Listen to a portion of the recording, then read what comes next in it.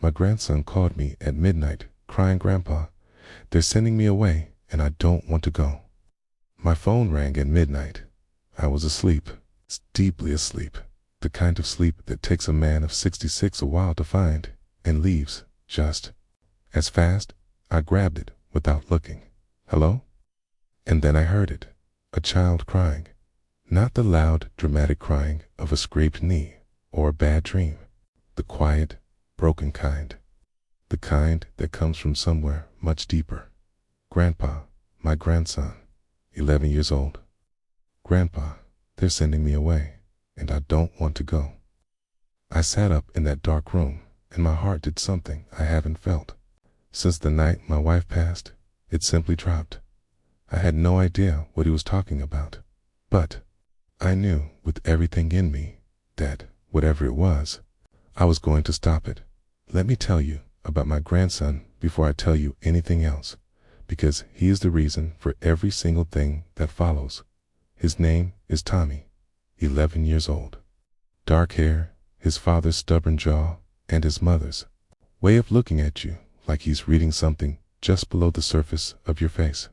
He is the kind of child who remembers everything: birthdays, promises, it's the exact score of a game you've watched together 6 months ago. He remembers things because he pays attention, and he called me at midnight because he knew with the instinct children have about these things that I would answer. My name is George. I'm 66 years old, tired after a career in commercial insurance that was exactly as unglamorous as it sounds, but paid for everything that mattered. I live in the same house I've owned for 28 years, a 4-bedroom place on a corner lot that raised my son and has been waiting patiently to be useful again ever since he grew up and moved out. My wife, Ruth, passed 3 years ago. Losing her rearranged everything: the house, my days, my understanding of what the word quiet actually means when it isn't a choice. My son is named Carl. He's 38, works in sales, and married his wife, Bridget, 9 years ago. Tommy is their only child. For the first several years, we were a close family. Sunday dinners, summer weekends at the house. Carl and I fishing at the lake the way we always had. Tommy between us, learning to bait a hook with an expression of intense scientific concentration. Those were good years. Then, Carl's career shifted, a promotion that came with a territory, covering 3 states and a travel schedule that meant he was home perhaps 10 days a month. The money improved dramatically. Everything else got more complicated. Bridget is 35. She's capable and sharp, and when things are easy between us, genuinely warm. But Bridget comes from a family where grandparents are respected from a comfortable distance, present at holidays, appreciated in theory, not involved in the daily texture of life. This created a friction between us that neither of us ever addressed directly. The red flag, the first one I couldn't explain away, came 4 months before the midnight phone call. I had arranged, as I usually did, to take Tommy to his Saturday baseball game. This was our routine, had been for 2 years. I picked him up, we got breakfast sandwiches from the place he likes, got to the field early so he could warm up properly. I showed up at 9 on a Saturday morning. Bridget answered the door. "Oh," she said, "just that. George, I forgot you. We're coming." "Tommy's game is at 10, I said. "Actually, we've made other arrangements for today. I should have called." Tommy appeared at the top of the stairs behind her, saw me. His face did something complicated, relief and apology, and something I can only describe as helplessness all at once. "Hey, Grandpa," he said quietly. "Hey, bud," I said. Bridget stepped slightly into the doorway. "I'll make sure to let you know in advance next time." "Okay," she said, pleasantly, firmly.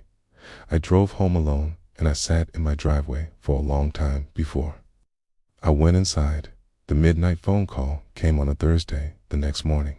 Before I did anything else, I wrote down everything Tommy had told me through his tears. He'd been told, not asked, told that he was going to spend the following school year living with Bridget's sister in another state. Her sister, Claire, lives 4 hours away. The reason given to Tommy was that it would be good for his development and that a change of environment would be healthy. He had found out 3 days earlier he had not been consulted, and this is the part that turned my sadness into something more purposeful. Neither had I, neither had Carl. When I asked Tommy where his father was in all of this, there was a pause on the phone. "Dad's in Denver," he said, "for work." "He doesn't. I don't think he knows yet either, Grandpa." I told Tommy to try to sleep, that I would handle it. Key was not going anywhere he didn't want to go. I said it with the certainty I needed him to feel. Even though at midnight I was a 66-year-old man sitting in the dark with nothing but determination and a very strong feeling that something was deeply wrong. Called Carl first thing in the morning. He answered from his hotel room. Groggy with the time difference, I told him what Tommy had told me. The silence on the other end of the line was the kind that happens when someone is processing something that doesn't fit the version of reality they've been operating in. "She didn't, Dad. I didn't know about this." "I didn't think you did," I said. "She can't just we make decisions together." "Carl," I kept my voice steady. "Before you call her, I need you to listen to me for 5 minutes. Can you do that?" "Yes," he said. "I think there's more happening here than one decision made without you. I think we need to understand the full picture before anyone makes any calls. Give me a few days." "What are you thinking?" "I'm thinking," I said carefully, "that I want to know why. Not the reason she gave Tommy. The actual reason. Discovery 1, the visual clue. I started paying attention to the things around Tommy that I could see directly. I began picking him up from school twice a week, something Bridget had gradually reduced my access to over the previous months, but which Tommy, bless him, had started texting me about directly. "Can you come today, Grandpa? Mom has a thing." I always came, and over those 2 weeks, I noticed something that crystallized everything else. Tommy's backpack, not the backpack itself, the content of it, specifically the artwork and school papers he brought home. Tommy is a talented artist. For his age, detailed, imaginative drawings that his teachers regularly display. He showed me one afternoon, in my car, a drawing he'd done for an assignment about where I feel most at home. He had drawn my house, my corner lot, the fishing rods visible through the garage window, the chessboard through the front room glass, Ruth's garden, which I still maintain because it would hurt not to, and in the corner of the drawing, very small, he had written, "I don't want this to change." His teacher had written a note at the bottom. "Tommy has seemed withdrawn lately. Has something changed at home? Happy to talk, if helpful." I photographed that drawing, and I called the teacher the next day. She told me carefully, professionally, that Tommy had been visibly distressed for several weeks, that he'd mentioned being sent away to a classmate who had told another teacher who had mentioned it to her, that she had flagged it with the school counselor. "Is there anything I should know?" she asked. "There may be," I said. "Thank you for paying attention to him." Discovery 2, the financial clue. I called my attorney, a woman named Helen, who had handled Ruth's estate and who I trusted completely, and asked for an urgent appointment. I laid out everything. The midnight call, the unilateral decision about sending Tommy away, Carl's absence from the decision, the gradual reduction of my access to Tommy over the previous months. Helen listened carefully. Then she asked a question I hadn't expected. "George, are you aware of any recent changes in Carl and Bridget's financial situation?" I thought about it. "Carl got a significant raise with the new territory." "Why?" "Because," she said, "in situations where one parent is frequently absent and the other is making unilateral decisions about a child's living arrangements, particularly decisions that involve relocating the child away from established family relationships, there is sometimes a financial dimension that isn't immediately visible." She was careful, professional, but she was pointing me somewhere. I went home and called Carl again. This time I asked him directly, had there been any changes to how he and Bridget managed finances? Any new accounts? Any restructuring? She opened a personal account about 8 months ago, he said slowly. She said it was just for her own expenses, easier than going through the joint account for everything. I didn't think much of it. How much is in it? Another pause. Longer. I don't actually know, he said. I don't have visibility into it. Helen, when I reported this back to her, nodded with the expression of someone whose hypothesis has just been confirmed.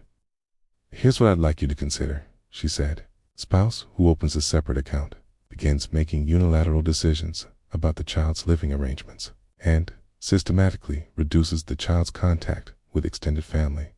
Particularly a grandparent may be building toward something larger. Not necessarily, but the pattern is worth understanding. What do I do? I asked. You make sure Carl has proper legal counsel, she said, and you make sure your own rights as a grandparent are formally understood. Okay. In this state, grandparents have standing to petition for visitation rights if a relationship with the grandchild has been unreasonably disrupted. I had known that. I sat with it, and I thought about Tommy's drawing, okay? About, I don't want this to change, okay?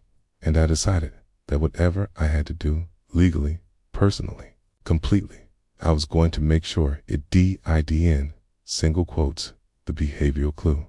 The behavioral piece came from Tommy himself, not in one conversation, in several. Over 2 weeks, as he began to trust that I was actually doing something rather than just listening. Children tell you things in pieces. They test each piece to see if it's safe before they hand you the next one. Tommy is particularly careful about this. He has always been someone who thinks before he speaks, which at 11 is both a gift and sometimes a weight. He told me. First, about the arguments. Not loud arguments. He was clear about that. They don't yell, Grandpa. They go quiet. Mom goes really quiet, and then Dad goes quiet, and then nothing gets fixed. He told me about the increasing evenings where Bridget was out, and he was left with a sitter. Not occasionally, but 4 times a week. He told me about a conversation he'd overheard between Bridget and someone on the phone. He didn't know who, where she had said something that lodged in him the way overheard things lodge in children. She said she needed space to figure things out. And then she said that Tommy being at Aunt Claire's would make everything simpler. I was very still. Simpler for who? I asked. Tommy looked at me with those reading eyes. I don't know, he said, but not for me. I reached out and put my hand on his shoulder. Tommy, I need you to trust me. Can you do that?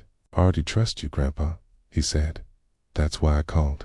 I called Carl that evening and told him everything his son had told me. This time the silence on the phone was different. Not processing. Not surprised. Decided.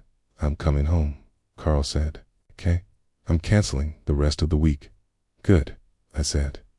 Helen's office can see us both on Friday. Us both.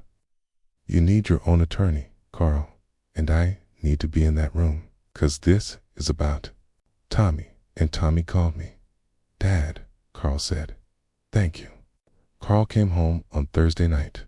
I came over Friday morning before Helen's appointment, 'cause Carl asked me to. We sat in his kitchen, the kitchen I'd sat in dozens of times for Sunday dinners and holiday mornings, and we talked for an hour, father and son, in the way we sometimes can when everything else is stripped away. He looked tired, the kind of tired that isn't fixed by sleep. How did I not see this? He said. You were away? I said. That's not an excuse, and it's not an accusation. It's just what happened. Tommy called you, not me. Tommy knew you were in Denver and that you had a full schedule. He called the person he thought could actually do something at midnight. Carl looked at his coffee. I need to be a better father, he said. You're here now, I said. Start there. The conversation with Bridget happened that afternoon. Carl had asked her to be home. He had not told her I would be there, not to ambush her, but because Helen had advised that a calm, structured conversation with all relevant parties present was more productive then a series of separate emotional exchanges. Bridget walked into the living room and saw me. She stopped. "George." "Bridget," I said. She looked at Carl. "What is this?" "A conversation," Carl said. "Sit down, please." She sat, slowly, with the careful posture of someone who was organizing their position. Carl started. He spoke calmly. I was proud of him for that. He laid out what he knew. The decision about Aunt Claire's, the personal account, the pattern of reduced family contact. He didn't raise his voice. He didn't accuse. He asked questions. "When were you going to tell me about Aunt Claire's?" "I was going to discuss it with you this weekend," Bridget said. "When you were home. Tommy found out 3 days ago. From you, while I was in Denver. I needed to know the timeline. He called my father at midnight," Carl said, crying. Bridget looked at me then, and I saw something in her expression that I hadn't expected. Not defiance, not the calculated composure I'd been bracing for. Something more like exhaustion. "George," she said, "I don't have anything against you. Need. You two know that. Then help me understand," I said, "why my access to my grandson has been consistently reduced for the past 6 months. And why a decision was made to send him 4 hours away without a conversation with either his father or me." She looked at her hands. "I've been trying to figure out how to." She stopped, started again. "Carl and I have been struggling, for a long time. And I felt like everything in this family was built around Carl's side. His history, his parents, his way of doing things. And I kept waiting for space to exist for my perspective. And it never." "Bridget," Carl said quietly, "why didn't you tell me that?" "I tried." "When?" The room was very quiet. This is the thing about confrontations, that go deep enough, they stop being about the presenting issue and become about everything underneath it. The Claire plan, the accounts, the reduced access. These were not a strategy in the cold sense. They were the actions of a woman who had felt sidelined for years and had started building an exit, quietly, because she didn't believe the front door was open. That didn't make it right, but it made it human. I leaned forward. "Bridget," I said, "I cannot speak for everything that happened between you and Carl before this. That's between you two, and it needs to stay there. But I can tell you this. Tommy called me at midnight, crying, because a decision was made about his life that he had no voice in. And whatever is happening between you and Carl, that child deserves better than to be used as a variable in someone else's calculation." She looked at me for a long moment. "I know," she said. Her voice was very small. "I know. It's a plan for Aunt Claire's," I said. "Is it off the table?" She looked at Carl. Carl looked at her. "It's off the table," Carl said. Carl and Bridget began seeing a couples counselor the following month. I won't report on that. It's theirs, not mine, except to say that Carl told me several weeks in that it was harder than he expected and more useful than he believed it would be. He said it the way men say things they're relieved to admit. Tommy went back to his regular life, his school, his baseball team, his bedroom, his Saturday mornings with me. The first Saturday, after everything settled, I picked him up at 9. We got the breakfast sandwiches from the place he likes. We got to the field early. He warmed up with an ease that I hadn't seen in him for months. Shoulders loose, that focused, quiet energy he gets when he's doing something he loves. After the game, they won 7-4. Tommy had 2 solid hits. We sat in the car in the parking lot with the windows down and ate the granola bars I always bring for after. "Grandpa," he said. "Yeah, are things okay now? Like, for real?" I thought about that honestly, because Tommy deserves honesty, not the comfortable version of it. "Things are better," I said. "Your mom and dad are working on some things. That takes time, but you're staying. Your life is staying the same, and I'm not going anywhere." He nodded, chewed his granola bar. "I knew you'd fix it," he said. "I didn't fix it," I said. "Your parents are fixing it, okay? just made sure everyone was in the room for the conversation. "You answered the phone," he said. I looked at him. "Yeah," I said. I answered the phone. 2 weeks later, we went fishing. Just the two of us, at the same lake Carl and I have been going to since he was Tommy's age. The water was flat and silver in the early morning, and the only sounds were the birds and the occasional plunk of a lure hitting the surface. Tommy is still learning. Patience. 11-year-olds mostly are, but he's getting better. He sat beside me for a long time without speaking. Then he said, "Grandpa, did you used to bring Dad here?" "Every summer," I said, "from when he was about 9 until he went to college." "Did he like it?" He pretended not to for a few years. Then he admitted he did. Tommy smiled at the water. "I like it," he said, without pretending. The drawing is framed now. Tommy's classroom. Drawing my corner lot, the fishing rods, Ruth's garden. I don't want this to change. It hangs in my hallway between a photo of Ruth and a photo of Carl at Tommy's age. Tommy saw it the first time he came over after everything settled. He stood in front of it for a moment. "You framed it," he said. "It's good art," I said. "And it's true." He looked at it for another moment. Then he went to find the chessboard. I think about midnight phone calls differently now for most of my life. A phone ringing at midnight meant something had gone wrong. An accident, a hospital, a piece of news that could only travel in the dark. But Tommy's call was something different. It was a child reaching for the person he trusted most at the moment he needed trust the most. That is not a wrong thing. That is one of the most right things a person can do.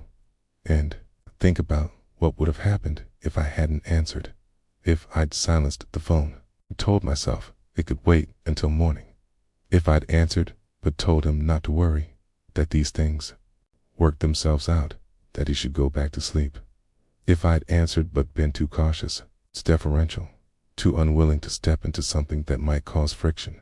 Tommy would have gone too. Claire's. Not because anyone was evil, not because his mother didn't love him, but because no one was paying enough attention to what he needed. And sometimes paying attention is an act that requires you to get up in the middle of the night and do something uncomfortable. Here is what 66 years has taught me. The people who love you, especially the young ones, especially the ones who don't yet have the words or the power to navigate the adult world on their own. They are watching to see if you show up, not occasionally, not when it's convenient, when it matters. A midnight phone call is when it matters. An 11-year-old crying quietly into a phone in a dark room, hoping the person on the other end picks up and means it. That is when it matters. I picked up, and I meant it. If you have a grandchild, or a child, or a nephew, or any young person who has ever looked at you like you might be the person who can make something okay, please hear this. Answer the phone.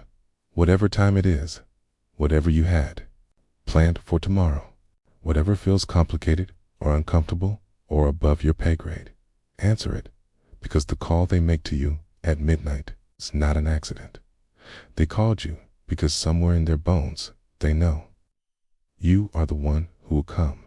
Be the one who comes.